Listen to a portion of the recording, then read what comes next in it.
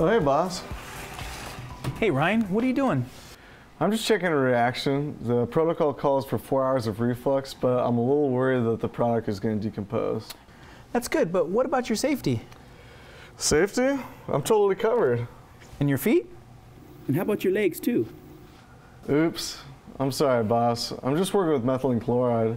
I've worked with it dozens of times and never had any problems. No, Ryan. Chemicals are spilled in many labs, but you usually don't hear about this. You know why? Because if people are wearing the correct protective gear, they're far less likely to get hurt. In fact, just the other day, a student suffered severe acid burns on her arm because she wasn't wearing a lab coat. Also, you may be working with low-risk chemicals, but what if your lab mate splashes a pyrophoric reagent on you? Just because you haven't been hurt before doesn't make it a good defense. All it takes is one time. My mistake. Next time I just need to make sure I'm not in such a rush. Oh, but you can't do chemistry in a rush. One careless moment can cause an accident, okay?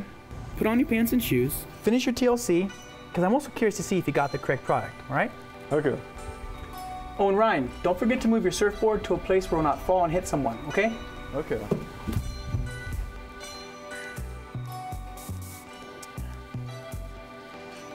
I see someone forgot to cap the waste bottle again. You know, you guys don't appreciate the amount of vapors that are escaping into the lab. And not to mention that an open waste container is an easy citation for safety inspectors. However, that's why I got this environmental funnel.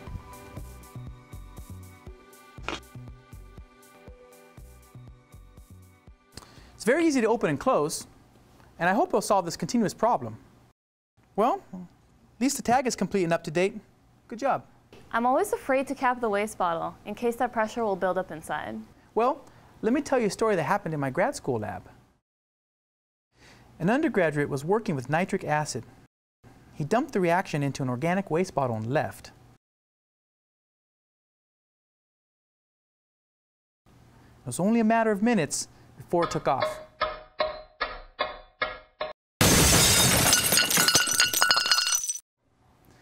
Luckily, no one was in front of the hood, but I've heard many similar stories. You need to be careful with the compatibility of compounds, but it's not a reason to not cap this bottle. In any case, this environmental funnel should help prevent explosions due to pressure buildup, because this cap is not as tight as a normal one. Hey, Cody. Hey. So how'd the hydrolysis go? Great. It went spot to spot. I'm getting ready to start my next step. Good. Hey, I noticed actually you're working too close to the edge of the hood and with the sash wide open. You know, this is not safe practice. Can I show you why? Sure. Okay. Look at the dry ice fog. You see how it behaves when the dish is close to the edge, and especially when the sash is wide open? Now, think about all the hazardous vapors that will escape into the lab. However, pushing it into the hood about 6 to 8 inches and bringing the sash down makes a big difference. Plus, it better protects you from both hazardous vapors and flying debris should something go wrong in the hood.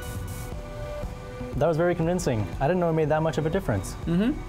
By the way, what's going on with those Erlenmeyers in the back of your hood? I've been seeing them sitting there for over a week. I mean, it's a nice color. What's that? And I don't even see a label on it. I'm not sure. I didn't label it, so I don't remember what it is. You know, even you with your amazing memory, you can forget. When it comes to labeling, don't trust your memory, okay? Sure. Okay, so label it as an unknown for EH&S to come pick it up, because actually, unknowns present a special safety risk. We don't know what they're incompatible with. And they're very expensive to dispose of, all right? All right, I learned my lesson. All right, Cody.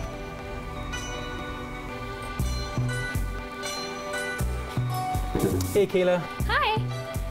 You getting ready for that click chemistry yet? Yeah, I'm making the azide tomorrow, so today I'm just getting ready.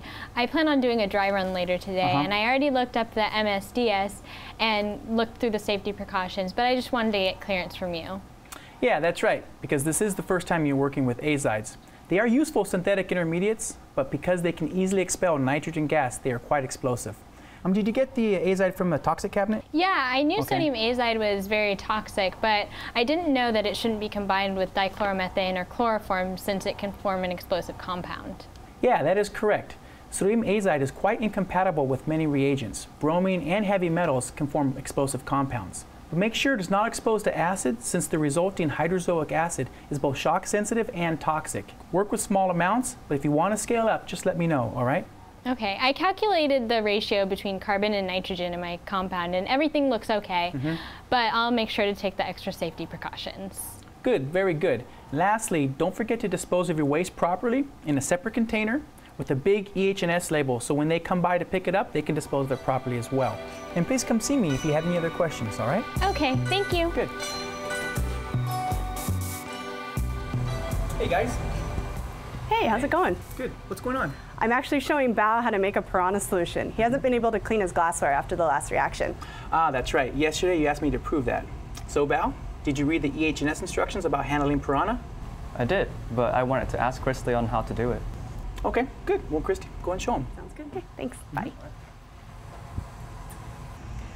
This is actually very dangerous stuff. The solution is very energetic and can explode. That's why I'm treating it with a great deal of care and respect. Now I have the sulfuric acid here. Remember, you want to slowly add the hydrogen peroxide to the acid. The reaction is very exothermic and can actually reach over 100 degrees Celsius, so make sure you let it cool down before you use it. Sure. And also make sure that all your glassware is dry before putting it in the piranha solution. Any organic solvents can cause an explosion. Do we have a special bottle to store the solution in? Yes, we do. We actually have a poly-coated bottle with a special vented cap to allow gas to escape. You want to use this type of cap also when storing an aqua regia solution. Hey, Alyssa. Hey, Dr. R. Did you see the new addition to the lab? We decided to have some pets in the lab to see if they could survive in the lab atmosphere. That's nice, but why that location? Well, too much light isn't good, and besides, it'll minimize the visits from the lab next door. But you remember why we have a door there in the first place? That's our alternate escape route in case the other door's blocked. Well, we could just push it aside. And that's what you want to do in case of emergency, when you have to leave quickly? No, every second counts during an emergency, so that door needs to stay clear. Sure, I'll find a new location. Okay. I see you're busy. Yeah, sorry about the mess. I'm working on 4 reactions in parallel to finish up for the paper. You are very productive, but your hood is so cluttered, I feel the chances of you knocking something over are very high. Why don't you just make sure you have only what you need for the reaction you're working with and store the rest beneath the hood or on top of the bench, okay? Okay, I'll clean up things here, and then I'll send you a draft of the JAX paper. Thanks.